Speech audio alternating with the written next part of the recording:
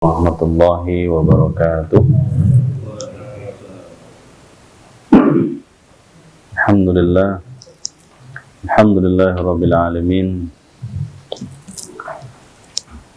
Salatu wassalamu ala sayyidi al-mursalin wa ala alihi wa ashabihi wa atba'ihi al-muflidin. Allahumma salli wa sallim wa barik ala firdausil a'la mustahil jannati sayyidina Muhammad wa ala alihi wa ashabihi. Allahumma salli wa ala alihi wa ashabihi ajma'in.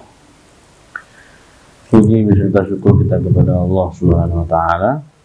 Alhamdulillah atas segala rahmat, nikmat dan karunia yang Allah berikan kepada kita semua.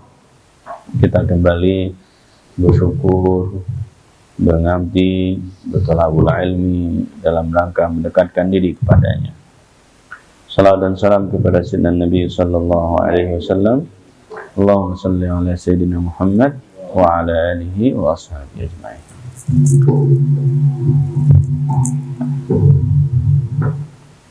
Baik Bapak Ibu semua yang dirahmati oleh Allah, sebelumnya kita telah membahas dua pasal.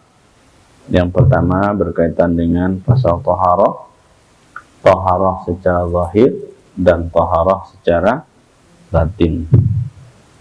Taharah secara zahir ya sebagaimana kita praktekkan sehari-hari, ada dengan air tentunya ya.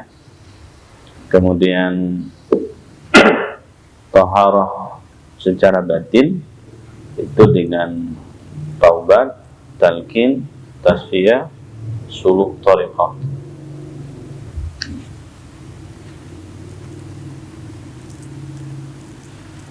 Artinya secara batin kita juga mesti menyucikan akhlak-akhlak yang dzamimah atau akhlak-akhlak tercela seperti sombong, dendam, dengki, ujub, gunjing, bohong, khianat dan sebagainya. Itu mesti disucikan. Jadi perilaku seperti itu tidak boleh lagi ada. Tidak boleh lagi ada khianat. Tidak boleh ada lagi ada kebohongan dan seterusnya. Artinya kita mesti jaga qalbu. Tatanannya dari bab wudu al-batin itu di sini lebih menjurus dia kepada qalbu. Bagaimana qalbu itu bersih dia. Kalau qalbu tidak bersih, maka dia tidak mau diajak untuk nyebut nama Allah. Kalau qalbu tidak suci, maka dia lebih mudah ngejek orang, lebih mudah nyari kesalahan orang, lebih mudah merasa diri lebih oke daripada orang lain, lebih alim, lebih pintar, makamnya lebih tinggi daripada orang lain, yang semuanya itu mengarah kepada sifat-sifat ananiyah saja. Dan kecenderungan qalbunya tentu kasar. Nah, makanya yang begitu mesti dibersihkan. Nah, cara pembersihannya kemarin kita sudah sebutkan. Nah, lalu wudu zahir itu juga berhubungan dengan sholat secara zahir. Karena setelahnya kemarin kita juga bahas tentang sholat syariah dan sholat thariqah. Wudu zahir itu sholatnya muaqqatah. Muaqqatah itu artinya apa? Sholatnya ditentukan, sholat 5 waktu sehari semalam. Maka secara zahir 5 waktu sehari semalam, maka wudu zahirnya adalah ya mulai dari membasuh muka sampai membasuh kaki. Nah, itu aturannya secara zahir yang tampak-tampak saja. Muka, tangan, kepala, telinga, kaki gitu ya. Nah, kemudian wudu batin itu sholatnya disebut dengan mu'abbadah. Sholatnya selamanya. Artinya sholat dengan makna apa? Mengingat Allah Subhanahu wa taala fi kulli lailatin wa fi kulli yaumin wa lailatin muttasilatun. Dia mengingat Allah Subhanahu wa taala itu berkesinambungan. setiap hari, setiap malam, atau siang dan malam selalu mengingat Allah Subhanahu wa Ta'ala. Artinya tidak luput ya, tidak ada ruang di qalbunya kecuali hanya menyebut nama Allah Subhanahu wa Ta'ala. Kemudian di dalam kajian berikutnya di pasal yang ke-14 menjelaskan tentang sholat syariat dan sholat thariqah. Kalau sholat syariat, kemarin kita sudah sebutkan rukunnya ada berapa sholat syariat? Rukunnya 2 saja kalau sholat syariat itu, rukun qauli dan rukun fi'li. Karena itu definisi sholat dalam ilmu fikih, perkataan dan perbuatan yang dimulai dengan takbir, diakhiri dengan salam. Itu definisi sholat istilah syara'nya. Nah, tapi kalau sholatnya thariqah, rukunnya tambah 1 lagi, rukun qalbi. Jadi ada 3, ada rukun qauli, ada rukun fi'li, dan ada rukun qalbi. Maka secara kesyariatan, orang yang sudah membaca dalam sholatnya, lalu orang sudah ada gerak di dalam sholatnya, sholatnya sah. Walaupun qalbunya kemana-mana, kiranya kemana-mana. Dalam bab kesyariatan begitu. Tapi kalau sudah masuk kita dalam bab thariqah, maka qalbunya juga ikut sholat. Qalbunya mengingat Allah. Jika pikirannya kemana-mana, jika dia tidak mengingat Allah, maka tidaklah sempurna sholatnya. Atau bahkan tidaklah sholat orang itu dikatakan.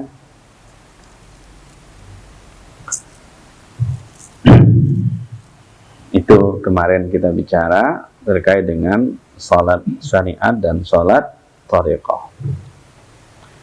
Kalau sholat syariat itu waktunya ditentukan 5 waktu sehari semalam. Kalau sholat thariqah itu waktunya selamanya, selama umur masih ada. Dan tentunya walaupun sholatnya secara syariat, tidak boleh ada di situ riya, dan tidak boleh juga ada di situ sum'ah. Baik, sekarang masuk kita kepada penjelasan atau pasal yang ke-15, fi bayani taharatil ma'rifati fi alami tajrid. Bismillahirrahmanirrahim. Sebelumnya mari kita bertawassul kepada Sayyidina Nabi sallallahu alaihi wasallam, kepada ikhwan ila khairullahi al-mahdi fil alamin wa ikhwanihi sallallahu alaihi wasallam minal anbiya wal mursalin, dan kepada para guru, kepada kita semua, dan kita khususkan kepada Syekh Abdul Qadir Jilani Qutbur Rabbani, syaurillah lahumul Fatihah.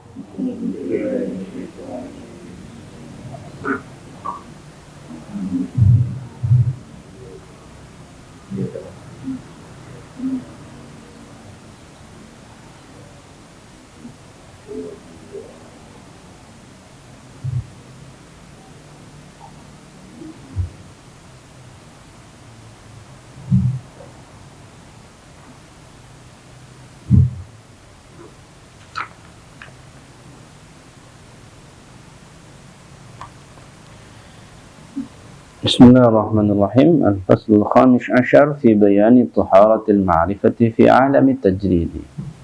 Pasal yang ke-15 menjelaskan tentang taharah ma'rifat di alam tajrid. Jadi kalau kita bicara di sini, jadi ma'rifat itu ternyata perlu ada juga pembersihannya. Nah, ternyata ma'rifat, kalau kita lihat di sini sepintas dari judul ini, hipotesanya adalah ma'rifat itu kadang ada juga tersalahnya, ada kelirunya juga. Maka ma'rifat itu perlu di-clean juga, perlu dibersihkan. Nah, lalu di sini ada juga makna alam tajrid. Alam tajrid itu alam yang di situ tidak ada selain Allah. Itu semua selain Allah mesti dihilangkan itu. Itu pembahasan sederhana, nanti ada penjelasan di dalam. At-taharatul ma'rifatu ala naw'aini, taharatu ma'rifati sifati wa taharatu ma'rifati dzati. Taharah ma'rifat itu ada dua macam. Yang pertama, thaharah ma'rifat sifat, dan kedua thaharah ma'rifat zat. Nah, ternyata kalau kita perhatikan di sini, ma'rifat itu ada dua, ada ma'rifat sifat dan ada ma'rifat zat. Itu dalam istilah ini.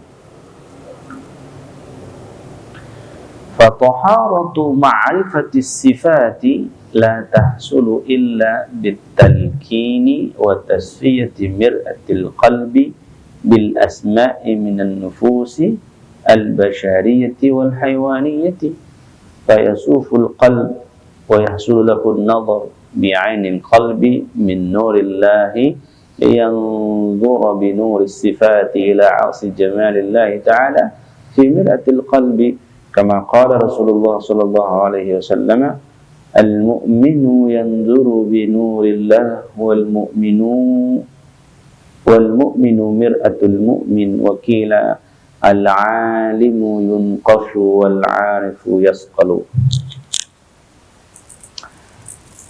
Yang pertama, thaharah ma'rifat sifat. Ma'rifat sifat itu tidak akan bersih dia atau tidak akan suci dia, melainkan atau seseorang tidak sampai kepada ma'rifat sifat melainkan bab pertamanya dimulai dengan talqin.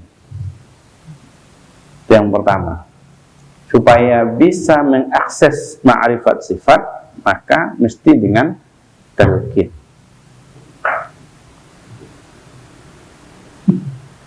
Karena talqin adalah muqaddimahnya atau disebut juga pintu masuknya itu adalah talqin. Setelah talqin apalagi tasfiyati dan mensucikan cermin qalbu. Jadi ternyata tidak cukup hanya dengan talqin saja. Setelah talqin maka di situ ada pembersihan kaca. Jadi kaca qalbu itu mesti dibersihkan.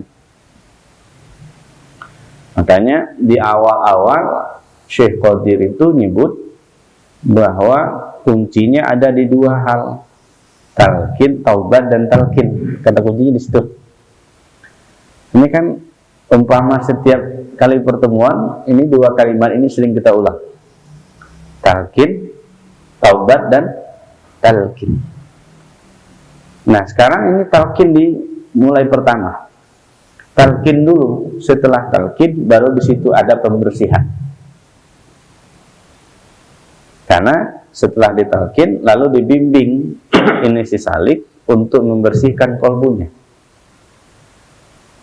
Nah, itulah kenapa ada latihan riyadhah yang sering kita sebutkan itu menyebut nama Allah dalam qalbu dengan kurikulum tertentu. Itu dalam rangka pembersihan qalbu itu, dalam rangka menjadikan qalbu itu bisa bening. Nah, cara membersihkannya dengan apa? Bil asma, dengan nama. Kalau dalam thariqah Naqsabandiyah itu untuk pembersih qalbu itu disebut dengan ismul jalalah atau disebut juga dengan ismul a'zam, atau sebagian orang lama menyebutnya dengan ismu zat, itu lafaz Allah. Jadi kaca qalbu itu, cerminan qalbu itu mahalnya, tempatnya adalah lafaz Allah. Maka dengan banyaknya memasukkan lafaz Allah ke dalam qalbu, maka itu adalah menjadi asbab qalbu itu bersih dari sifat nafsiyah, basyariyah, dan haywaniyah. Karena dalam diri kita ada sifat nafsiyah dan ada sifat haywaniyah. Dan bahkan hewannya ada juga binatang buas, syabu'iyah. Ini kan? Kadangkala di diri kita itu ada sifat keraknya, ada sifat tikusnya, ada sifat apa lagi? Macam-macam, dan sifat babi juga ada di dalamnya. Maka itu juga mesti kita bersihkan. Nah, itulah gunanya tadi yang disebut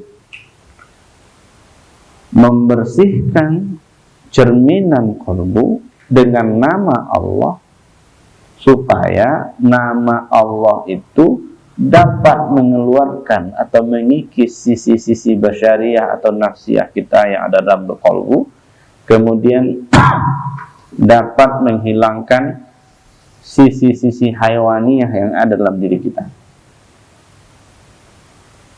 Ini kan kalau kita belajar ilmu mantik, manusia itu disebut dengan apa definisinya? Manusia itu disebut dengan haywan. Hewan. Kalau hewan berarti kita sama dengan yang lain, cuman ada bedanya. Bedanya disebut dengan haywanun natik. Hewan atau makhluk yang berpikir.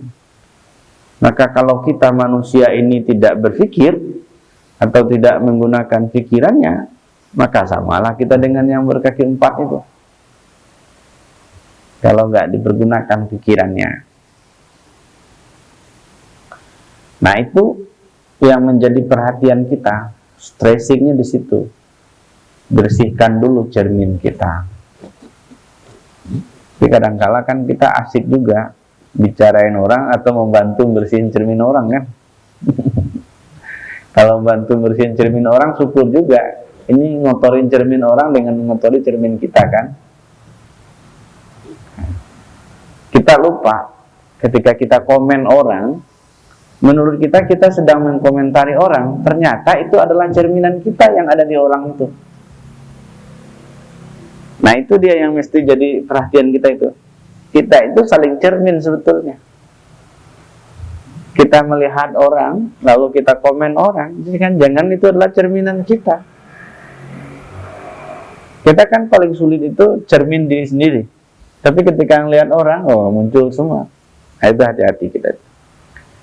Maka qalbu mesti dibersihkan dari sifat basyariah dan sifat haywaniyah itu. Kenapa qalbu dibersihkan? Supaya jika qalbu telah bersih dari sifat nafsiyah basyariah dan sifat haywaniyah, maka disitulah nanti seseorang itu sampai kepada ma'rifat sifat. Tapi kalau qalbu tidak bersih, pertanyaannya bagaimana seseorang itu bisa sampai kepada ma'rifat sifat? Jadi syarat pertamanya itu bersihkan qalbu dulu. Talqin, lalu bersihkan sifat-sifat afatul qulub, lalu sifat nafsiyah, lalu sifat-sifat basyariah, lalu sifat haywaniyah dibersihkan. Setelah itu baru qalbu itu masuk dalam ranah bab yang kita sebut dengan ma'rifatus sifat. Maka kalau sudah bersih, maka dari situ dia bisa memandang bi'ainil qalbi min nurillah. Maka dia bisa memandang di situ. Qalbunya bisa, basirahnya hidup, ain qalbunya hidup. Mata hatinya hidup. Nah, aktif mata hatinya. Jadi kalau orang mau tanya, bagaimanakah cara mengaktifkan basirah atau ain qalbi atau mata batin? Caranya adalah bersihkan qalbu. Cara membersihkan qalbu dimulai dulu dengan bab taubat dan talqin, lalu sebut nama Allah banyak-banyak di qalbu itu. Jika nama Allah sudah disebut banyak-banyak di situ, maka disitulah nanti kalamnya Syekh Qadir di kesempatan lain dikatakan, sebutlah nama Allah dalam qalbumu sampai terbit nurullah fi qalbik. Sampai terbit nur Allah di qalbumu. Itu menyebut nama Allah itu sampai di situ. Kalau kita bukan hanya sampai di situ, tapi sebutlah nama Allah sampai kamu ketemu dengannya. Artinya yang sering kita kalamkan, menyebut nama Allah itu semestinya kita sudah masuk pada tahapan unlimit. Maka tagline-nya, sudah saatnya kita berzikir kepada Allah unlimit. Nah, itu disebut dengan zikir unlimit. Nah, itu dia. Kalau sudah terbit nur cahaya Allah, maka dengan nur cahaya Allah itu dapat memandang nur sifat. Dengan cahaya Allah yang sudah terbit di kalbu, dengan cahaya itulah nanti bisa menyaksikan atau memandang nur sifat Allah yang dia memantul dia. Kan kalbu itu cerminan ya, pantulan dari situ maka kita akan melihat jamalullah fi mir'atil qalbi. Kita akan melihat jamalnya Allah Subhanahu wa taala dari cerminan kalbu kita. Masih ingat pembahasan ru'yatus sifat sebelumnya? Ru'yatus sifat itu lewat perantara cermin kalbu.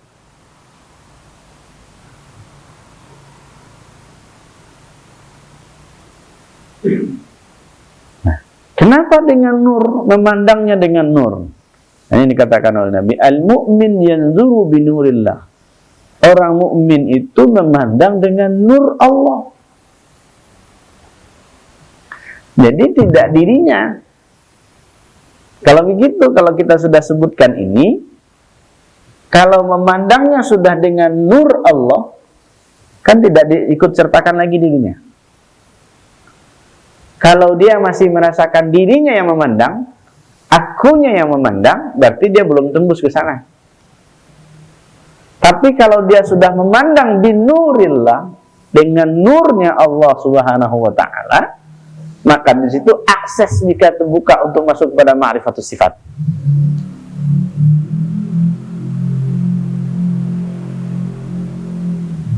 Sederhananya, jika masih ada ananiyah, jika masih terasa diri, itu belumlah masuk kepada bab sifat atau ma'rifatus sifat. Tapi jika dia sudah bisa menaklukkan nafsiyahnya, yang dalam bahasa Syekh Qadir sebelumnya, dia mengganti nafsiyahnya menjadi ruhiyah, maka disitulah akses pertama untuk bisa menyaksikan sifat Allah itu. Maka dikatakan dengan kalam berikutnya, wal mu'minu mir'atul mu'min. Orang mukmin itu cerminannya al-mu'min. Kan dulu sudah disebutkan, mukmin pertama adalah orang mukmin, mukmin kedua adalah Allah. Allah al-mu'min, al-muhaimin. Nah, gitu. Al-muhaiminun. Jadi ada nama Allah, salah satunya adalah al-mu'min. Al-mu'min mir'atul mu'min. Maka di situ kita bisa memahami, untuk memandang mesti dengan nurnya Allah. Kalau sudah dengan nurnya Allah, maka disitulah baru bisa cermin itu memberikan, kalau dalam bab lainnya disebut ada pantulannya. Disitulah Allah bertajalli, memperlihatkan sifatnya. Maka dikatakan al-alim, orang alim itu dikatakan yunqas. Orang alim itu kerjanya mengukir. Jadi di sini ada dua kalimat, ada dua kata. Satu alim, yang kedua arif.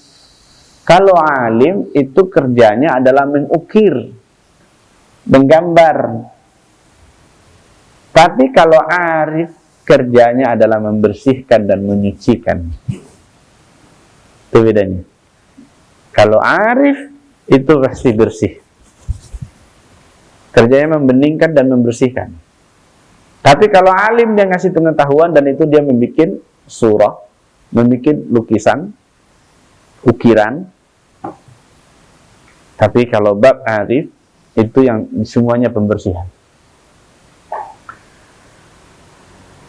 Maka untuk masuk dalam bab ini, ya mesti sampai kepada level arif sebetulnya. Kalau masuk dia di level arif, maka di situ dapat dipahami dan dia bisa merasakan bahwa di situ dia masuk kepada mengenali sifat Allah Subhanahu wa taala. Maka dikatakan wa idza tammatit tasfiyah bi mulazamatil asma' hasalat ma'rifatu sifat bi musyahadatiha fi mir'atil qalbi. Apabila sempurna pembersihannya, apa yang dibersihkan? Pembersihan qalbu. Sempurna qalbu itu dibersihkan dengan mengistiqamahi asma Allah, nama-nama Allah. Salah satunya lafzul jalalah yang tadi kita sebut. Jika mengistiqamahi kalimat Allah, nama Allah, asma Allah di situ, di qalbu itu, maka hasalat ma'rifatus sifat. Maka tentu nanti dia akan mencapai juga, sampai juga dia kepada ma'rifat sifat yang dibuktikan dengan bermusyahadah dengan sifatnya Allah fi mir'atil qalbi, lewat cerminan qalbu. Itu jaminannya. Jika qalbu telah suci, jika qalbu telah bersih, jika qalbu telah bening, maka jaminannya adalah disitulah seseorang nanti akan diberi reward oleh Allah dengan memandang atau menyaksikan yang disebut dengan istilah musyahadah sifat. Bisa dia melihat yang dipandangnya apa? Jamalullah, tajalli jamalullah. Tapi kalau tidaklah sempurna, pertanyaannya bagaimana bisa mengakses, bagaimana bisa memandang. Disitulah kenapa mesti bersih. Gambaran sederhana dalam bab ini adalah kacamata. Ini ada berapa orang yang pakai kacamata ini?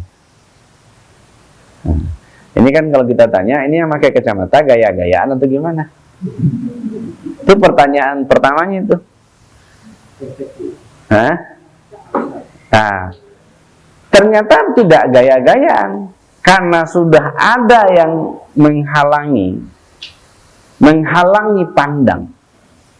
Lalu untuk bisa memandang lagi perlu ada resep. Metodologinya sebetulnya ada dua untuk mengatasi mata. Satu operasi, yang kedua pakai kacamata. Ya kan?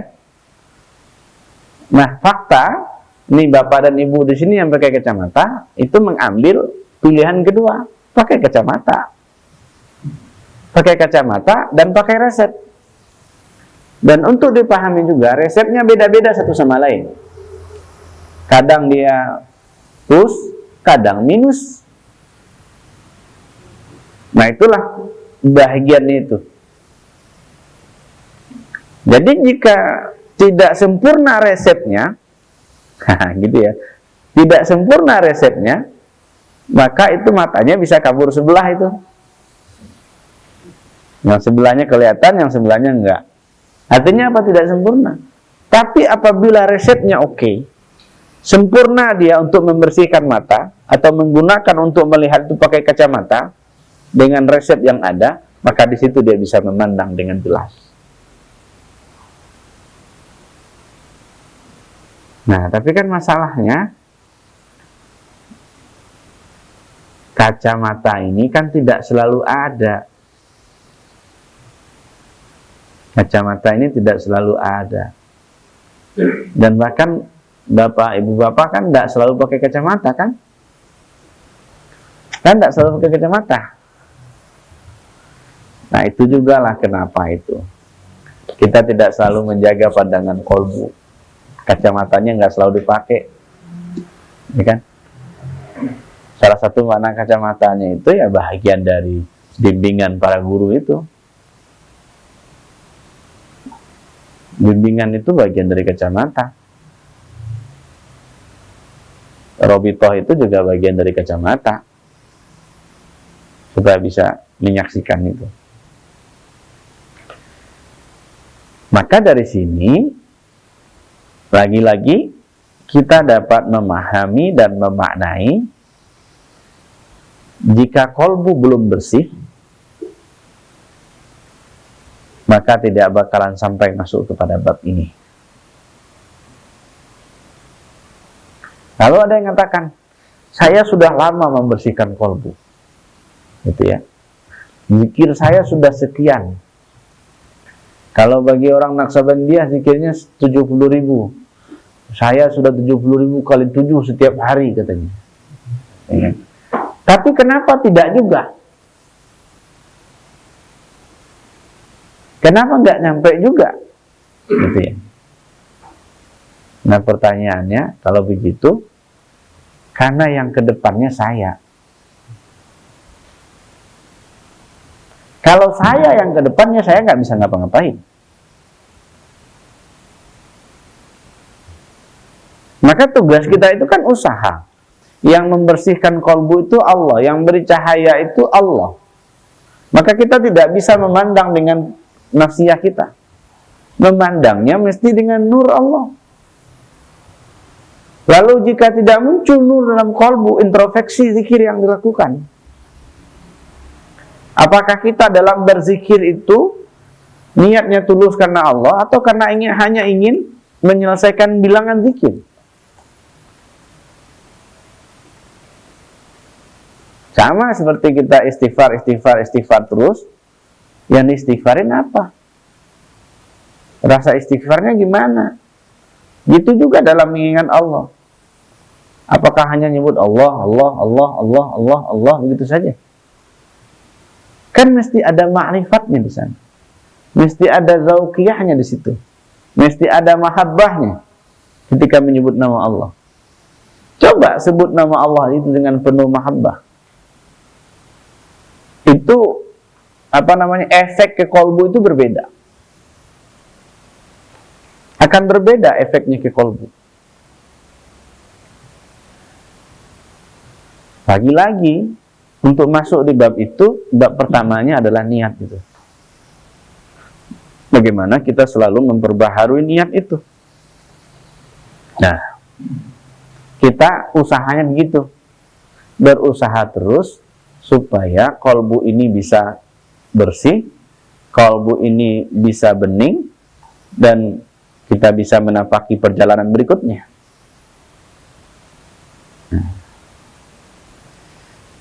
Ini teorinya begitu. Nah, prakteknya di kita masing-masing. Di kita. Tapi kan godaan besar juga kepada orang yang sudah mulai praktek. Wah, saya sudah ini oke, saya sudah zikiran gitu ya. Ya kalau muncul yang begitu ya, ujungnya kan birriya wa sum'ah juga ujungnya. Nah, yang begituan itu mesti dihilangkan. Riya dan sum'ah pun sebetulnya adalah itu kekotoran kolbu, itu penyakit kolbu yang bisa menutupi kebeningan kolbu. Itu juga bagian yang mesti dibersihkan dari kolbu. Itu juga hal yang mesti dibersihkan dari kolbu. Itu bagian pertama, tahara, ma'rifat, sifat. Caranya begitu. Alat pembersihnya namanya kolbu. Sebelum dibersihkan, daftar dulu dengan talqin gitu ya. Terserah apapun nama tariqahnya. Kalau di sini kan arahnya ke Qadiriyah ya, karena beliau adalah muassis tariqah Qadiriyah. Yang kedua, wa amma taharatu ma'rifati dzati fi sirri fala tahsulu illa bimulazamati asma'it tauhid ats-tsalatsah al-akhirah min al-asma'il 12 fi 'aini sirri bi nur tauhid. Yang kedua, membersihkan atau menyucikan ma'rifat dzat fi sir. Nah, naik gitu. Kalau tadi ma'rifat sifat di mana tempatnya? Qalbu. Nah, ini sudah masuk dalam sir. Maka seseorang tidak akan sampai dia kepada ma'rifat zat kecuali dengan mengistiqomahi menyebut asma Allah yang 3 terakhir dalam asma tauhid yang dijelaskan oleh Syekh Qadir di awal-awal dulu. 3 yang akhir itu adalah Wahhab, Al-Muhaimin, Basit. Itu diistiqomahi terus dari yang 12 nama itu fi aini sirri, Ain sir, di intinya sir, dalaman, itu binurit tauhid. Itu dengan pancaran atau dengan cahaya atau dengan disebut juga dengan nur tauhid. Dalamannya itu, cara bacanya beda lagi. Ada caranya. 3 itu yang dilazimkan. Wahhab, Muhaimin, Basir.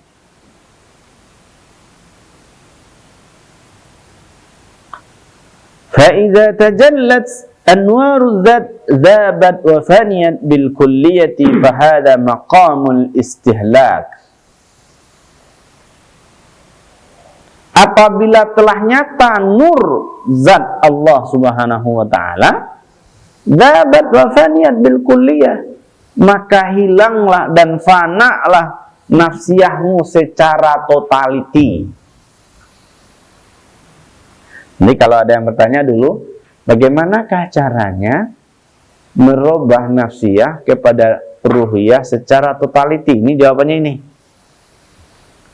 Sebutlah nama Allah fi aini sir. Tapi tentunya selesai dulu urusan qalbu baru bisa masuk ke dalam. Jangan langsung lompat ke sana. Nanti kalau langsung loncat ke sana, itu bahaya. Kalau istilah orang melangkah, itu selangkangannya bisa robek gitu. Melangkah itu pelan-pelan, nanti juga akan sampai kalau terus melangkah. Tapi kalau sering berhenti, ya nggak bakalan sampai-sampai. Yang penting jalan aja terus, pikir aja dulu. Jadi kalau Allah sudah terjalikan nurnya, nur zatnya, maka yang lainnya terlenyap dia. Ilustrasi sederhana yang sering kita sebutkan ini lampu ini. Lampu ini, cahaya lampu ini kalau ada matahari, tidak ada artinya lampu begini. Hilang cahayanya. Lenyap sudah dia, nggak ada lagi cahaya, nggak. Apalagi dengan Allah. Jika nur zat Allah itu telah bertajalli dia, maka yang lainnya minggir, yang lainnya lenyap, yang lainnya habis.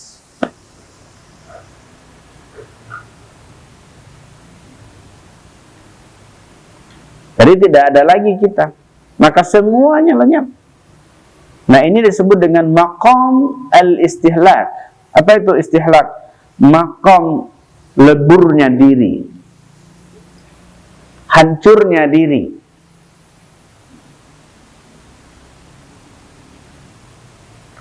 Dan ini kita akan mengembalikan dia kepada posisi la maujuda illallah. Kalau sudah sampai di makom itu, maka kalam la ilaha illallah dengan makna la maujuda illallah baru pantas untuk dibacakan di situ. Kalau belum sampai kepada makom itu, khawatir kita munafik membaca kalam la maujuda illallah. Hancur lebur dulu diri, maka disitulah makna la ilaha illallah dengan makna la maujuda illallah. Tidak ada jenis yang ada kecuali hanya Allah. Wa fana'ul fana', dan maqam itu disebut juga dengan maqam fana'ul fana'. Fana' itu artinya apa? Lebur, hancur. Ini fana'ul fana', hancurnya hancur, leburnya lebur. Atau dalam bahasa lain disebut maqam la maqam. Maqam tanpa maqam.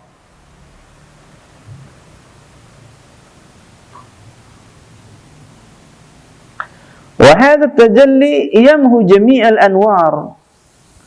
Tajalli anwar zat Allah ini itu akan menghapuskan semua cahaya-cahaya yang ada. Tidak ada lagi. Hanya Allah. Allahu nurus samawati wal ard.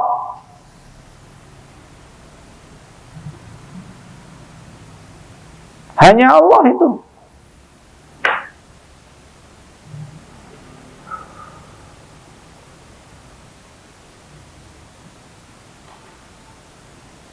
Nah, inilah kalam Allah.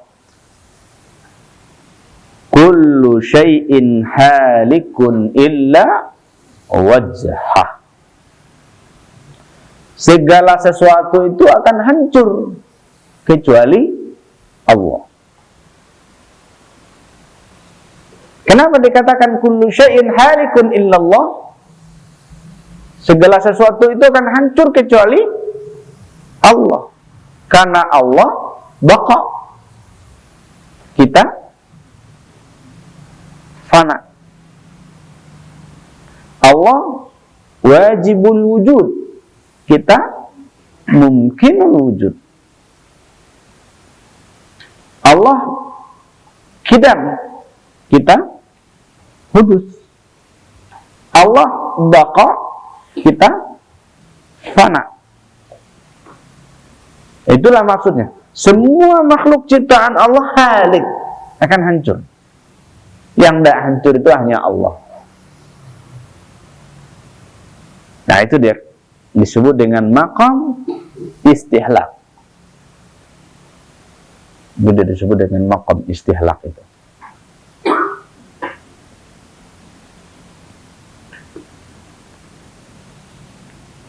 Fabaqi ruhul qudsi binuril qudsi naziran ilaihi naziran bihi minhu ma'ahu. Nah, ini kalamnya asik ini. Maka yang semuanya hancur, semuanya lenyap. Yang tidak lenyap itu di sini dikatakan ruhul qudsi.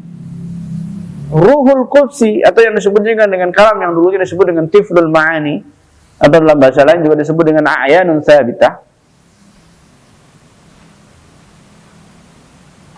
Binurul qudsi nadhiran ilaihi, dia memandang kepadanya, kepada Allah, nadhiran bihi, memandang dengannya, nadhiran minhu, memandang darinya, nadhiran ma'ahu, memandang bersamanya. Atau dalam bahasa lainnya apa itu? Dia juga. Baru tuh bisa masuk dalam bab ini.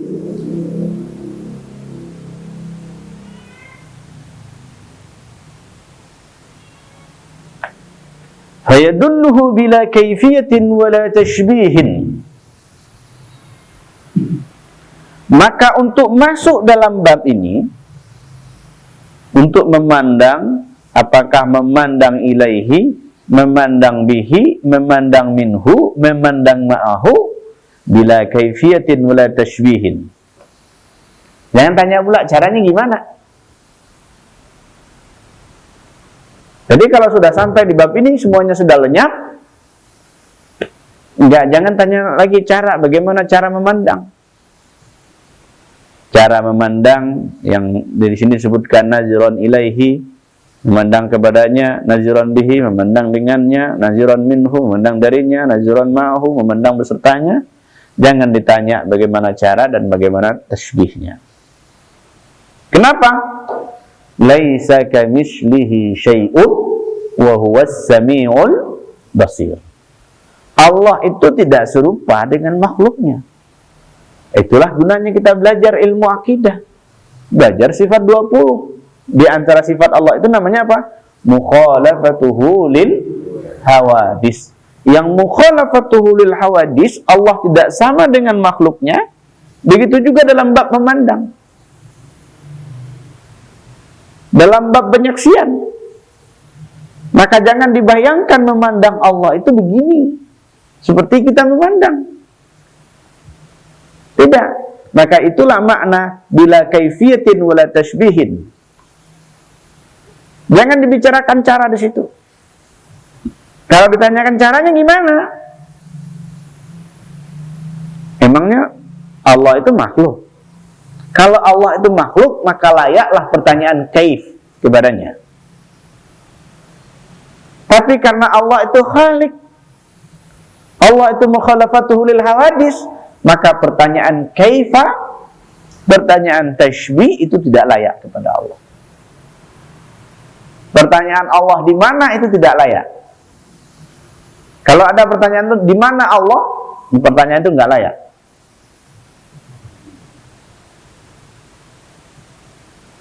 Karena Allah bukanlah di mana. Kalau di mana itu kan butuh tempat. Aina Allah? Allah fis sama. Di mana Allah? Allah di langit. Emangnya Allah itu punya makhluk? Yang punya tempat itu kan karena dia lemah itu. Yang butuh tempat karena lemah kan? Kalau lemah berarti nggak Tuhan dong. Kalau Allah butuh tempat berarti batal dong dia jadi Tuhan. Nah ini mesti kita pahami. Maka jangan sampai ada kalam gitu. Allah di mana? Tempat Allah di mana? Pertanyaannya keliru itu. Masa Allah disamakan pertanyaannya dengan makhluk? Kalau di mana itu butuh tempat. Nah itulah gunanya. Dalam ilmu zikir, dalam ilmu ma'rifatullah mesti didasari dengan ilmu akidah atau ilmu tauhid yang benar. Apalagi di bab setan yang godaan yang luar biasa. Dia ngaku Tuhan loh, gimana? Tuhannya empiris kan? Mana ada Tuhan empiris? Lalu mana ada pula Tuhan bisa dibayangkan? Maka untuk akses ke situ ini diberi akses kita.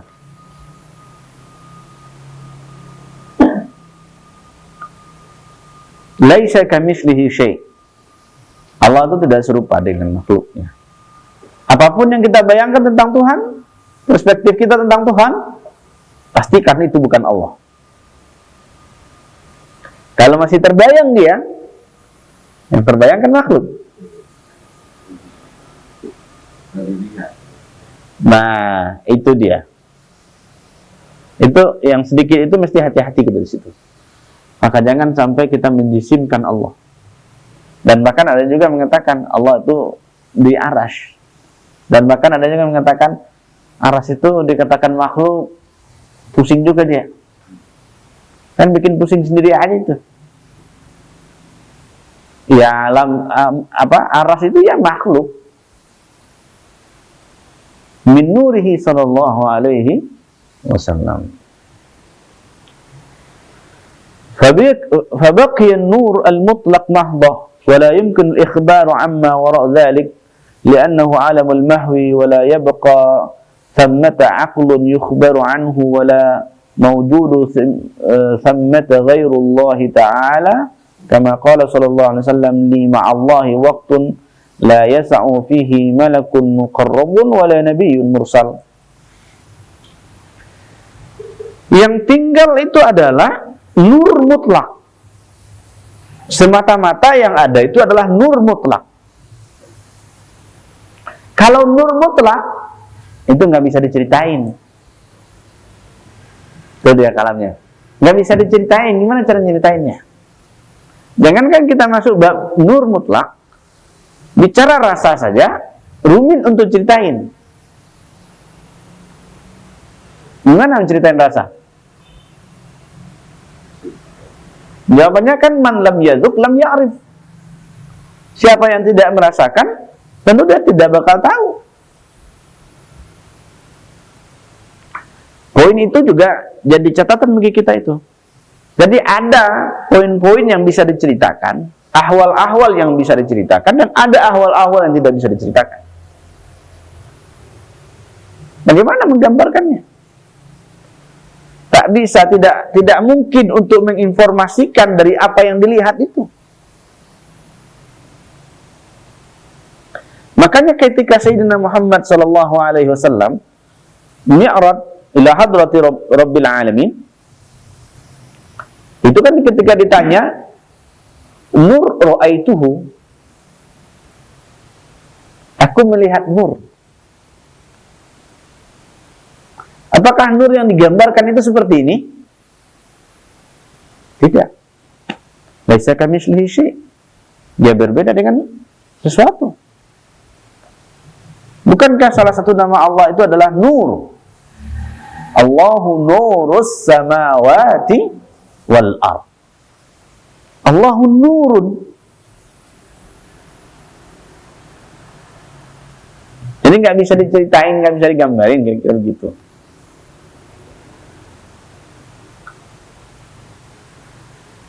Kenapa? Li'annahu alamul mahwi. Karena dia berada pada alam yang semuanya sudah habis, sudah di-delete, nggak ada lagi yang lain. Ini penggunaan kata alam hanya untuk menjelaskan pemaknaan. Karena jika Allah itu bertajalli, maka pemaknaan akan muncul pemaknaan alam. Bahkan pembahasan tentang qadim pun disebut juga dengan alam qadim. Ya kan? Pembahasan azali juga disebut dengan alam azali.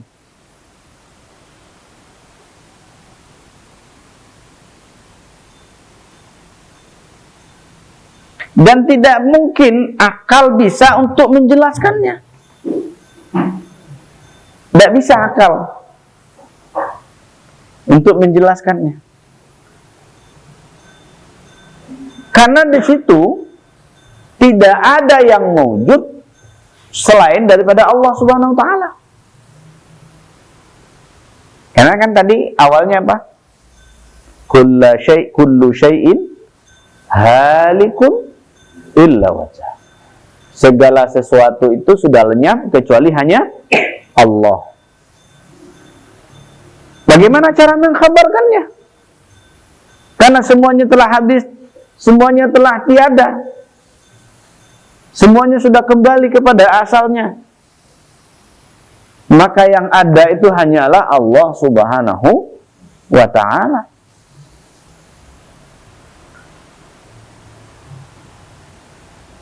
Maka inilah kalam Sayyidina Muhammad SAW, riwayat Ibnu Hibban itu, yang terdapat juga dalam Mustadrak Al-Hakim, dan terdapat juga dalam Musnadnya Imam Syafi'i dan Ibnu Majah. Apa kata beliau? Lima Allahi waqtun la yas'u fihi malakun muqarrabun wala nabiyyun mursal. Saya bersama Allah punya waktu spesial. Kira-kira ini yang berkalam seperti ini siapa ini? Para nabi dan rasul sudah tentu dia punya waktu spesial. Di bawahnya ada para aulia Allah yang punya waktu spesial dengan Allah itu. Dan waktu spesial itu tidak diketahui oleh malaikat muqarrabun, dan nggak diketahui juga oleh para nabi yang diutus. Kalau waktu spesial itu yang tahu ya face to face kita dengan Allah. Kalau toh kita diberikan akses itu oleh Allah.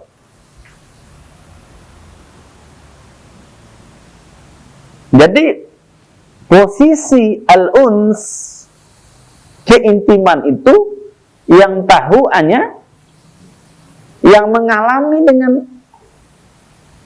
pencipta itu. Kalau dalam hal ini kan Nabi Muhammad mengatakan, aku bersama Allah itu punya waktu khusus. Dan waktu yang khusus itu nggak boleh yang lain tahu. Malaikat muqarrabun pun nggak tahu. Nabi yang diutus pun juga nggak tahu. Itulah spesialnya waktu. Gambaran sederhananya, kita dengan kekasih itu ada waktu spesial nggak? Dan waktu spesial itu tidak boleh diganggu oleh siapapun. Nggak boleh. Ini spesialnya sama Allah. Ada waktu spesial kita dengan Allah, dan waktu itu tidak boleh satupun yang ganggu. Jangankan anak istri yang ganggu, malaikat pun nggak bisa ganggu. Syaitan pun nggak bisa masuk. Nah, supaya nggak bisa masuk setan dan nggak bisa masuk malaikat, syaratnya apa? Syaratnya mukhlisin itu. Mukhlisin itu mesti masuk. Masuk ya, mukhlisin. Masuk tuh.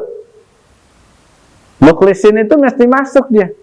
Karena syarat utama supaya kita dapat waktu spesial tidak bisa diganggu oleh setan, nggak bisa dicatat juga oleh para malaikat. Syaratnya mesti jadi orang mukhlis. Karena setan kan ngasih informasi.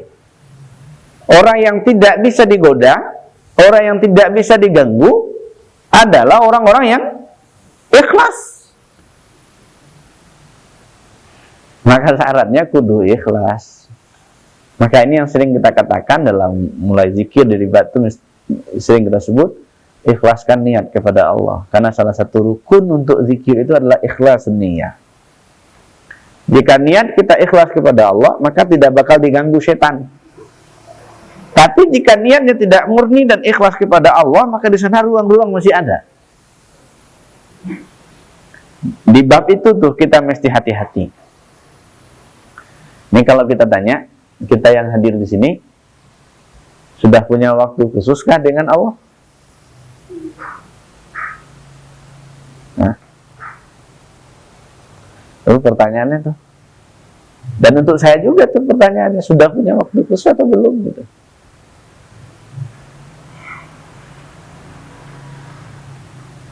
Kalau belum, itulah yang kita usaha. Kita mesti punya kasih waktu yang spesial gitu ya.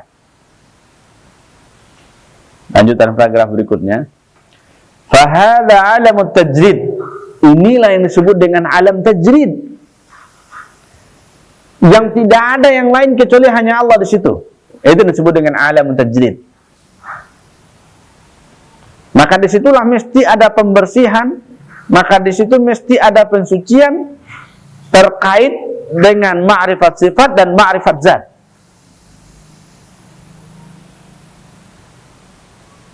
Kalau nggak begitu, nggak bakalan sampai kita di alam tajrid. Fahada alamut tajrid min ghairillahi ta'ala, kama qala ta'ala fi al-hadis al-qudsi, tajarrad tasil. Dan di teks lain dikatakan, tajarrad tasil ilayya. Wal muradu min at-tajarrad fana'ul kulli min as-sifatil basyariyah. Artinya apa alam tajrid itu? Lenyap sudah sifat nafsiyah. Lenyap sudah sifat basyariyah dalam diri kita.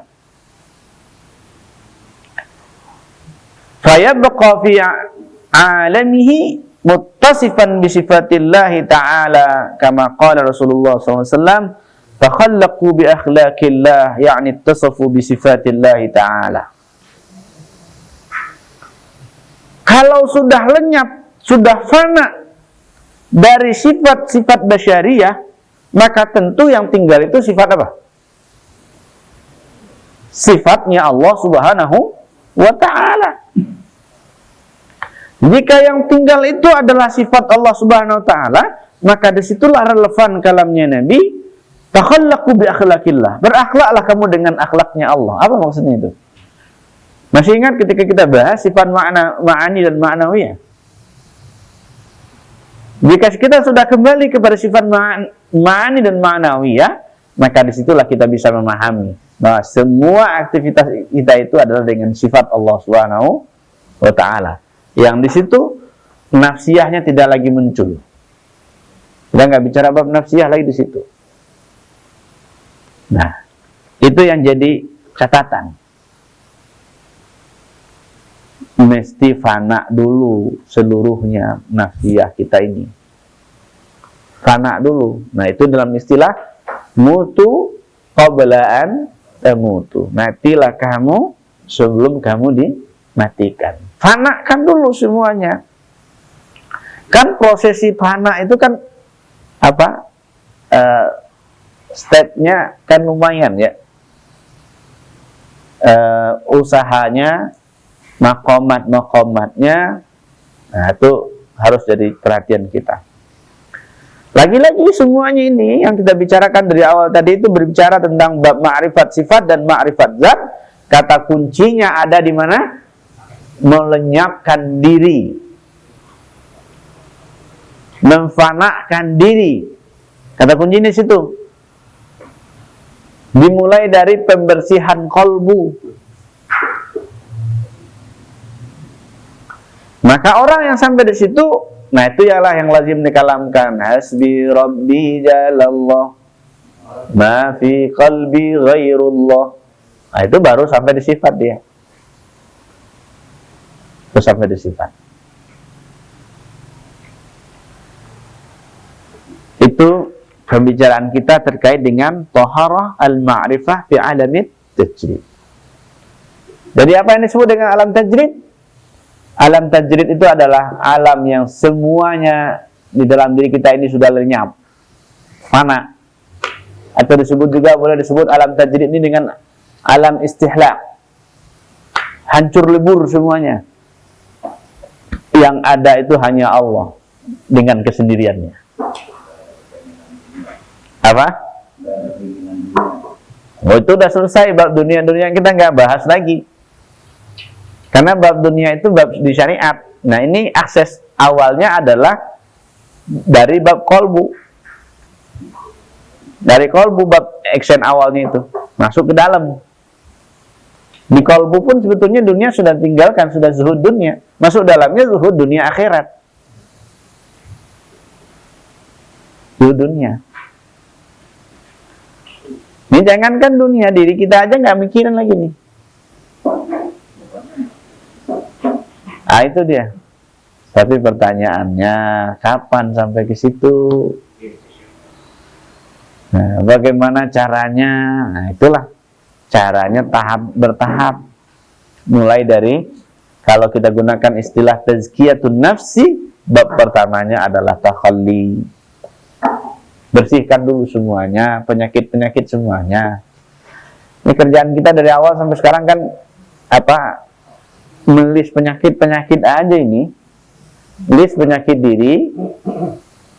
Lalu penyakit diri yang ada itu sudah berapa yang sudah bersih dari diri kita, dari kolbu kita.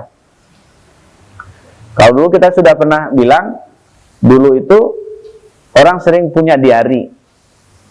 Ya, diari cerita apa aja yang dikerjain di hari itu. Sekarang coba kita punya diari juga. Cuman diarinya isinya adalah tabulasi kebaikan dan tabulasi kejelekan.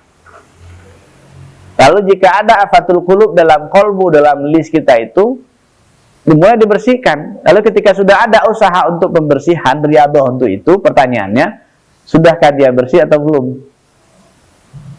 Tuh, kapan, berapa lama dia sampai bersih? Maka inilah makna 40-40 itu. Jadi kenapa ada sulung 40 itu, ya salah satu merubah karakter orang untuk mengingat Allah selalu itu, ya di angka 40 itu. Supaya jamaah terus bisa di angka 40 juga.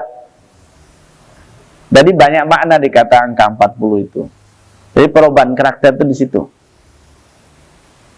Dan perubahan karakter umat Nabi Musa 40 hari juga diselesaikan sama Fir'aun tuh. 40 hari semuanya nyembah anak sapi. Hanya 40 hari itu. Sampai-sampai Nabi Harun nggak bisa ngapa-ngapain. Yang nanti jadi musuhnya umat akhir zaman itu, Dajjal, Samiri itu. 40 hari. Maka nanti, ya lama waktunya 40 hari juga nanti urusannya dengan Dajjal itu. Huru hara Dajjal itu 40 hari juga ntar. Maka disitulah kenapa kita mesti latih diri. Itulah kerjaan-kerjaan riyadhah dalam bab ketorikotan. Lanjut atau pulang? Oke, kita lanjut sedikit lagi.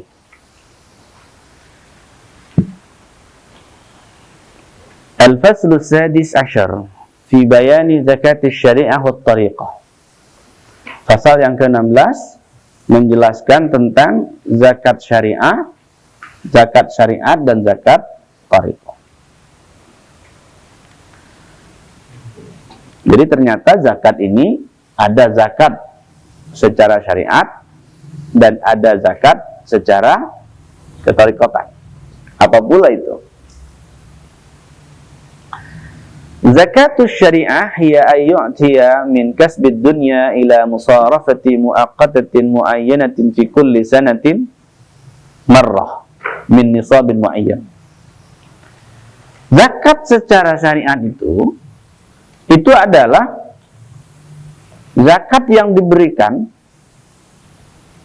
yang dikeluarkan dari usaha yang dilakukan selama hidup di dunia ini, dan itu untuk mengeluarkannya itu rentang waktunya 1 tahun sekali. Ini bab kewajibannya, 1 tahun sekali. waktunya ditentukan muayyanah, dihitung nisabnya. Jadi kalau kita bicara bab ini, bicara bab zakat, hitungnya kapan? Ya tergantung waktunya, kita mulainya kapan misalnya. Jika penghitungan itu dimulai dari Ramadan, maka penghitungan berikutnya di Ramadan berikutnya. Itu secara bab kesyariatannya begitu. Maka kapan seseorang itu disebut wajib zakat? Hitunglah setahun itu. Itu kalau berhubungan dengan zakat mal. Kalau berhubungan dengan zakat fitrah, ya setiap tahun juga. Bulan Ramadan, akhir Ramadan gitu ya. Nah tentu zakat atau zakatus syariah sumiyat bi sedekah. Zakat syariah itu dinamakan juga dengan sedekah dalam terminologi Quran. Dalam terminologi Quran, zakat dalam bab syariat itu disebut dengan sedekah. Sedekah di situ maksudnya zakat. Itu yang katakan Allah dalam surat At-Taubah ayat 60 itu, innamas shadaqatu lil fuqara'i wal masakin, dan seterusnya. Sedekah itu, hanya saja sedekah itu atau zakat itu diberikan kepada asnaf yang 8. Dalam bab syariatnya, harus pahami itu, diberikan kepada asnaf yang 8. Maka zakat tidak boleh diberikan ke masjid, tidak boleh digunakan untuk pembangunan masjid, bangun-bangun yang lain tidak boleh, dan tidak boleh pula zakat itu diberikan kepada anak yatim. Hati-hati itu, orang sering banyak keliru di situ. Kadangkala dana zakat dijadiin pembangunan masjid atau mushola, rumah sakit. Sejak kapan itu masjid, rumah sakit jadi amin, jadi asnaf yang 8? Atau diberikan ke anak yatim? Semenjak kapan anak yatim itu jadi asnaf? Nah itu hati-hati. Sekarang tambah lagi tuh asnaf itu, namanya SPPD. Ada asnaf baru, SPPD namanya. Itu asnafnya hanya ditemukan di Basnas itu. Ada asnaf baru gitu kan. Yang mau keluar kota, asnafnya hati-hati. Jangan disalahgunakan bab itu. Zakat itu secara syariat mesti diberikan kepada asnafnya. Hati-hati itu. Terutama yang mengelola zakat. Terutama lagi kita bicara Basnas. Basnas itu hati-hati. Basnas kan setiap daerah ada kan? Ada setiap daerah. Provinsi ada. Kabupaten kota juga ada Basnasnya. Jangan sampai di provinsi, kabupaten kota itu nambah satu lagi jadi SPPD atau tiket pesawat. Hati-hati itu yang ngelola Basnas itu. Nggak usah takut sama pemerintah.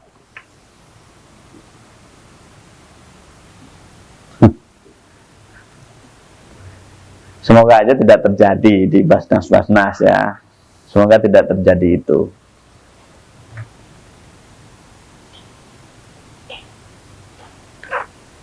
Oke. Itu disebut dengan zakat secara syariat. Lalu dinamakan wasumiyat shadaqatan li'anna shadaqata tasilu ila yadillahi qabla an tasila ila yadil fuqara. Ini bab zakat. Bab zakat itu dinamakan dia sedekah karena sedekah itu disampaikan dulu kepada Allah, baru disampaikan kepada asnafnya. Yang dulu sudah pernah kita sebut juga, cara bersedekah, cara berzakat itu serahkan dulu kepada Allah, baru diserahkan kepada yang berhak. Itu tata caranya tuh dalam bab syariat.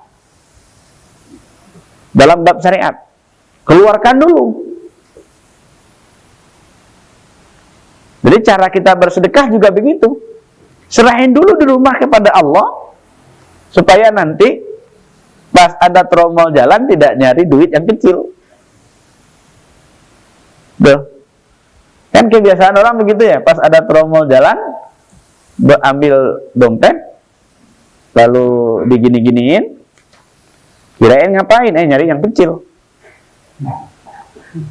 Tapi berbeda jika di rumah sudah diniatkan, itu walaupun gini-gini muncul ribuan 2.000, kalau niatnya sudah 100.000, ini nggak keluar ini yang ini. Tapi kalau tidak diserahkan, pasti itu. Pasti. Maka disitulah kita belajar. Ternyata di bab sedekah, di bab infak itu, yang pertama dilakukan, berikan dulu kepada Allah, baru kita berikan kepada tangan fuqara. Wal muradu minhu qabulullah ta'ala. Jika itu dilakukan, disitulah tanda atau indikator Allah terima itu. Sehingga kita memberikan kepada orang lain itu, kepada yang berhak, tidak ada goresan lagi. Mau orang itu minta terima kasih atau kagak, nggak ada urusan. Prinsipnya apa? Prinsipnya dalam bab bersedekah itu seperti dalam surah Al-Insan. La nuridu minkum jazaa'a wa la syukura. Kami tidak butuh dari kamu itu ucapan terima kasih dan balasan. Makasih gitu kan. Enggak. Prinsipnya enggak gitu. Orang yang ngasih enggak perlu itu. Tapi kalau zaman zaman pilkada, kalau enggak minta makasih Pak, enggak bahaya. Mesti ada makasihnya. Cukup enggak dengan terima kasih? Enggak. Apa lagi? Ada imbalannya. Coblos saya.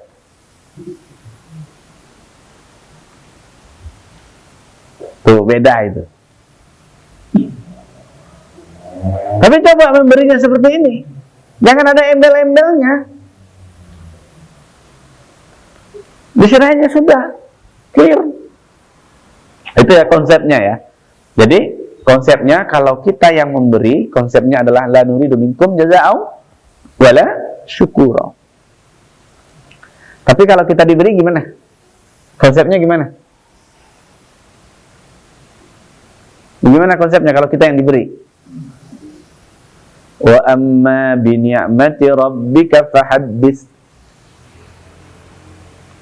Adapun dengan nikmat-nikmat Allah yang Allah berikan kepadamu, fahaddits, komunikasikan.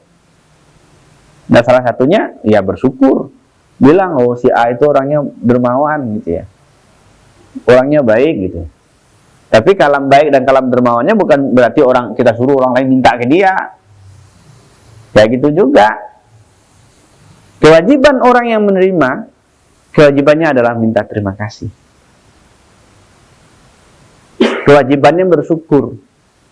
Maka itulah ketika Allah memberikan rezeki karunia kepada makhluk, Allah nggak butuh ucapan terima kasih kita. Allah nggak butuh balasan. Tapi kita harus tahu bahwa kita bukanlah Allah, tetapi kita adalah makhluk Allah. Tugas kita ngapain? Menjadi abdan syakura, hamba yang bersyukur. Itulah yang ditunjukkan oleh Sayyidina Muhammad Sallallahu Alaihi Wasallam. Ketika ditanya oleh Aisyah, itu kenapa tuh Nabi ibadah terus, sholat terus, sampai bengkak kakinya? Jawaban Nabi apa? Karena aku ingin disebut dengan hamba yang bersyukur, abdan syakura. Maka selaku makhluk kita mesti berada di posisi abdan syakura itu. Itulah yang dicontohkan oleh Sayyidina Muhammad Sallallahu Alaihi Wasallam. Itu disebut dengan zakat secara syariat. Zakat secara tariqah. Wa amma zakatut tariqah fahiya ayu'tiya min kasbil akhirati kulluhu fi sabilillahi ila fuqara'id din wal masakin al-ukhrawiyah. Ini beda lagi konsepnya. Zakat dalam bab tariqah itu dia berikan apa yang dia usahakan untuk akhirat seluruhnya di jalan Allah kepada fuqara, siapa yang membutuhkan, dan kepada miskin, orang miskin dalam dunia keakhiratan. Itu maksudnya gimana tuh? Maksudnya gimana? Artinya memberikan pahala amalan-amalan yang sudah dikerjakan itu diserahkan ke orang itu. Dan bahkan ada yang memberikan amalan itu kepada orang yang berbuat kemaksiatan.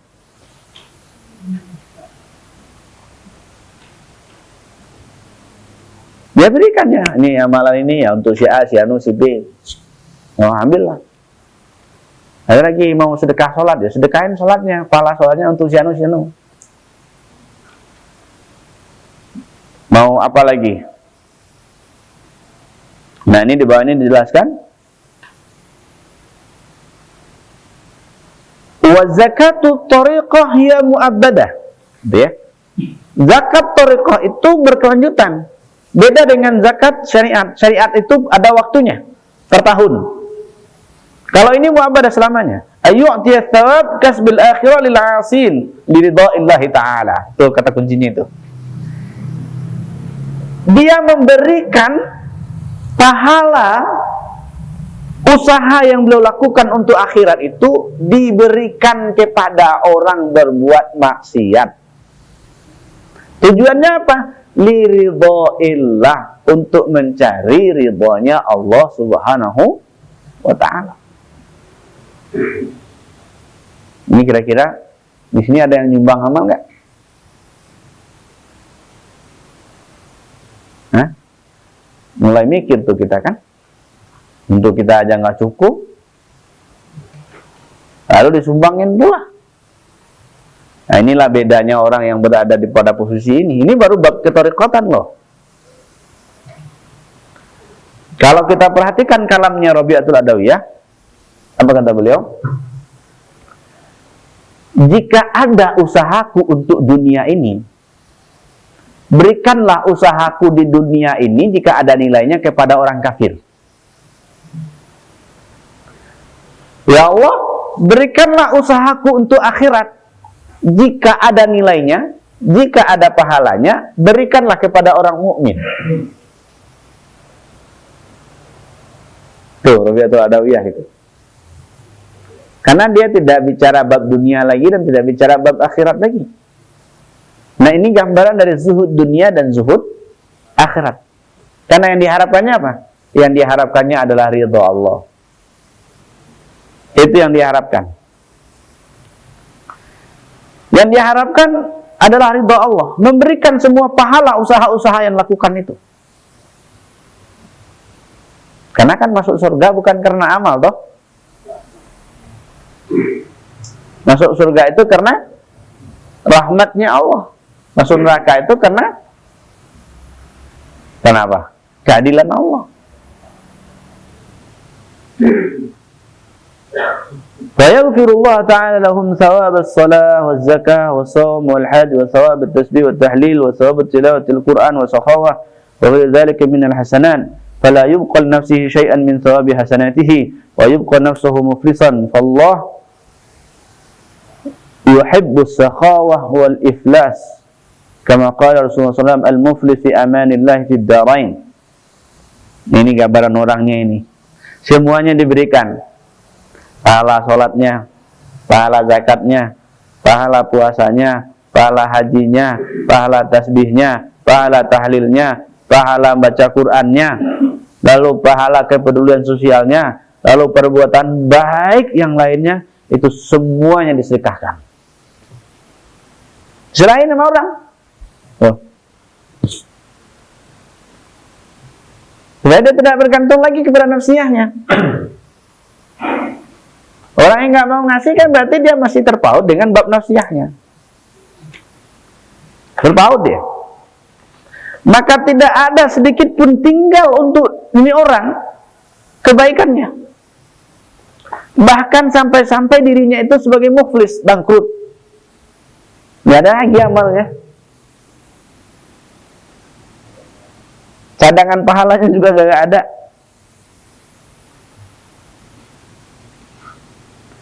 Maka Allah Subhanahu wa ta'ala mencintai, menyukai orang yang menunjukkan kepedulian sosial dan orang yang valid. Hah? Kan nggak ada lagi ininya. Udah valid dia. Allah lebih suka itu. Maka dikatakan orang muflis itu fi amanillah, dijaga Allah di fid darain, baik dunia maupun akhirat. Kira-kira yang sampai di sini makamnya siapa? Dalam sejarah siapa yang kita temukan? Sayyidina Abu Bakar Siddiq. Sayyidina Abu Bakar Siddiq dalam bab zahir semua hartanya diberikan, nggak ada lagi tinggal sama dia.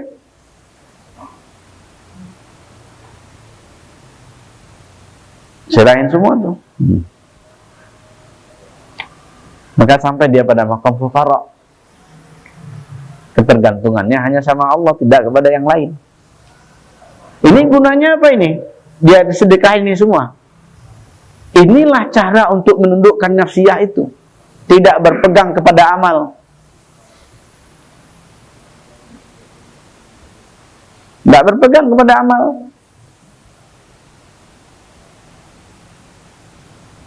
Nah, ini satu hal yang mesti kita pahami. Ternyata ketika kita berikan, ambillah semua pahala sholatku, ambillah pada semua pahala tasbih, zikir dan sebagainya, karena yang dicari itu bukanlah surganya, tapi yang dicari itu yang ciptain surga. Nah, itu orientasinya gitu. Itulah makna dari kalam ilahi anta maksudi wa ridhoka matlubi. Karena Allah yang kita cari, bukan surga Allah. Kita nggak cari surganya Allah. Yang kita cari itu Allahnya. فالعبد وما في يده كان لمولاه فإذا كان يوم القيامة أعطاه الله تعالى بكل حسنة أمثالها كما قال تعالى من جاء بالحسنة فله عشر أمثالها. Jadi seorang hamba itu tergantung maulanya, seorang budak tergantung majikannya. Jadi budak itu hidupnya tergantung di tangan majikan. Mau ngapain kata majikan, itulah budak. Posisi kita kan itu. Kita ini kan abdun. Kita ini kan budaknya Allah Subhanahu wa ta'ala. Maka tentu kita serahin sama Allah semua. Maka nanti di hari akhirat itu Allah Subhanahu wa ta'ala akan berikan kepada setiap kebaikan itu 10. Satu kebaikan yang kita lakukan nanti balasannya 10, akan dibalas oleh Allah 10. Maka berbanyak-banyaklah berbuat kebaikan. Dan kebaikan itu, jika kebaikan itu disedekahkan lagi kepada orang lain, itu ada nilainya nggak? Ada. Jangan sampai memahami, kita pahami bahwa ketika diberikan kepada orang lain, untuk kita tidak ada. Tidak begitu konsepnya. Konsepnya tidak begitu. Yang dilihat di situ adalah ikhlasulillahnya. Ikhlas lillah. Itu yang dilihat. Ini bagian terakhir. Bagian terakhir ini wa fi makna zakat aidan. Dan ada makna zakat juga. Apa maknanya? Tazkiyatul qalbi min sifatin nafsi, membersihkan qalbu dari sifat nafsiyah. Bersihkan qalbu dari sifat nafsiyah itu bahagian dari makna zakat juga. Karena zakat itu artinya apa? Fungsinya khudz min amwalihim shadaqatan tutahhiruhum wa tuzakkihim biha. Fungsi zakat itu untuk pembersih. Pembersih dan tazkiyah. Itu makna zakat itu. Jadi diberikan semuanya itu dalam rangka pembersihan. Maka tidak bergantung kepada amalia. Nah, itu yang dituntut. Maka kata Allah Subhanahu wa taala, "Man dzalladzi yuqridullaha qardan hasanan fayudha'ifahu lahu ad'afan katsira wallahu yaqbidu wa yabsutu wa ilaihi turja'un." Siapakah yang mau memberi pinjaman kepada Allah Subhanahu wa taala dia Allah akan melipat gandakan. Jadi pinjaman tadi itu Allah akan lipat gandakan balasannya, pembayarannya akan dilipat gandakan, fayudha'ifahu lahu ad'afan katsira, akan diberikan lipat gandanya banyak sekali. Tidak sesuai dengan hitungan kita, tapi dengan hitungannya Allah Subhanahu wa taala. Sangat banyak sekali. Allah menyempitkan dan Allah melapangkan rezeki. Kepadanya lah kamu semua dikembalikan. Allah bahasanya di sini yuqridullah qardan hasana. Padahal yang minjamin Allah ke kita. Coba bayangin itu. Allah gunakan bahasa Allah pinjam. Padahal yang meminjamkan sejatinya Allah kepada kita. Coba perhatikan. Bagaimana Allah tidak maha baiknya Allah itu. Allah yang minjamin ke kita, yang dapat untung kita. Bagaimana Allah tidak maha baik? Kita aja yang maha suudzon. Gak boleh.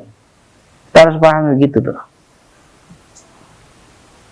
Wal muradu minal qardi ay ya'tiya ma lahu minal hasanati fi sabilillah ihsanan ila khalqihi biwajhil karim wa sufqatuhu bila minnatin.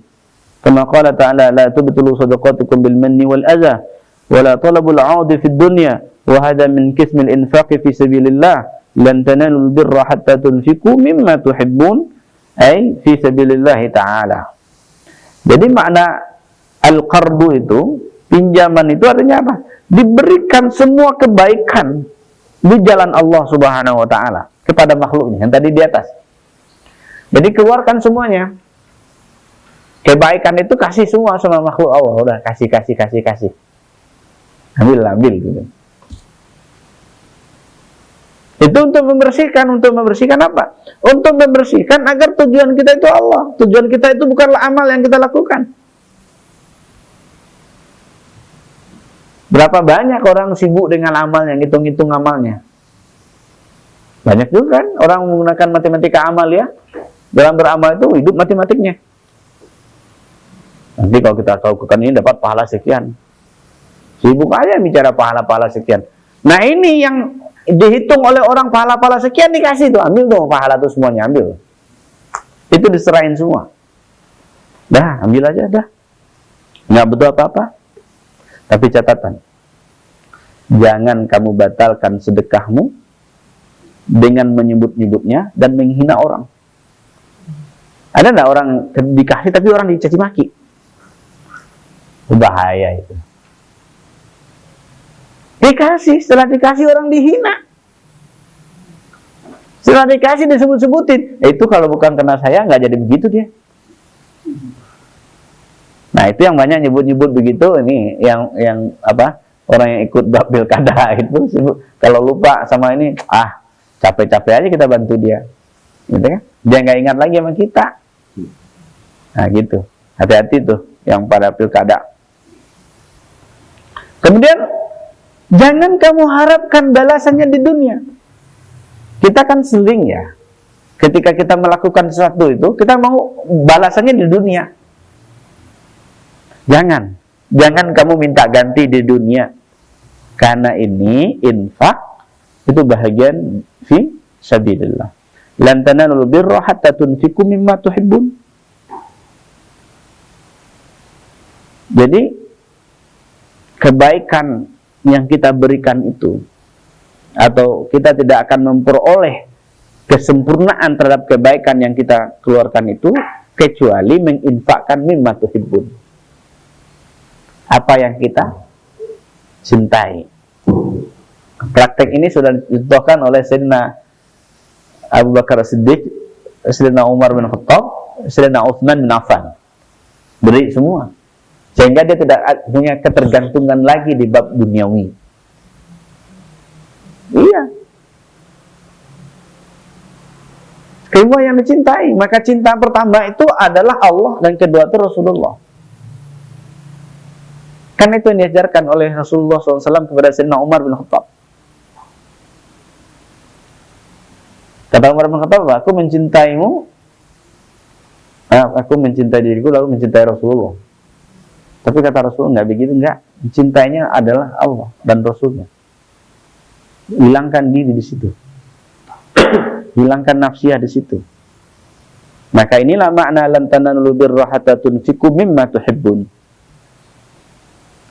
Artinya apa itu? Jika cinta kita kepada dunia, dunia itu diberikan.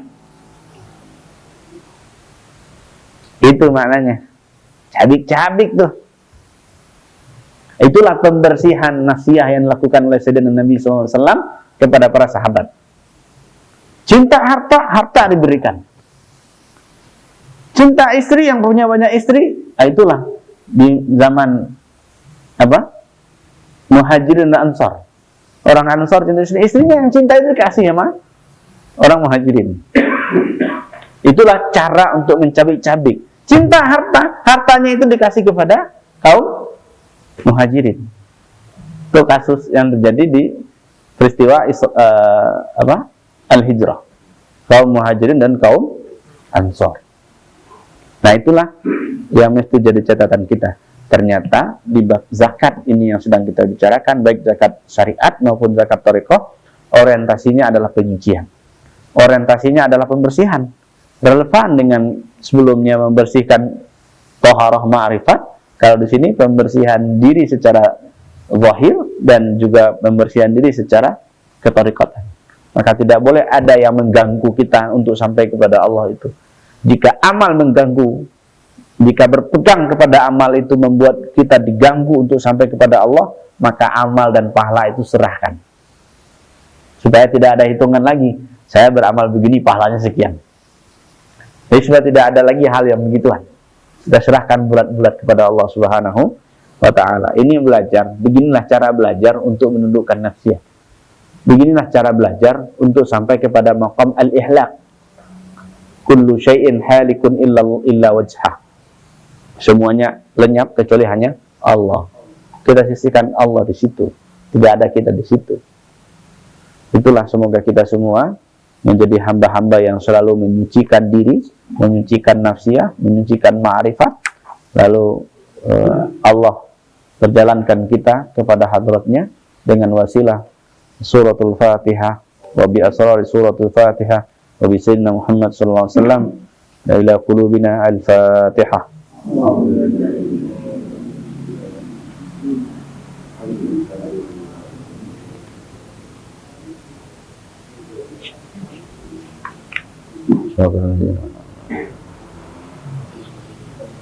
Amin ya rabbal alamin. Sallallahu alaihi wasallam. Muhammad. Assalamualaikum warahmatullahi wabarakatuh.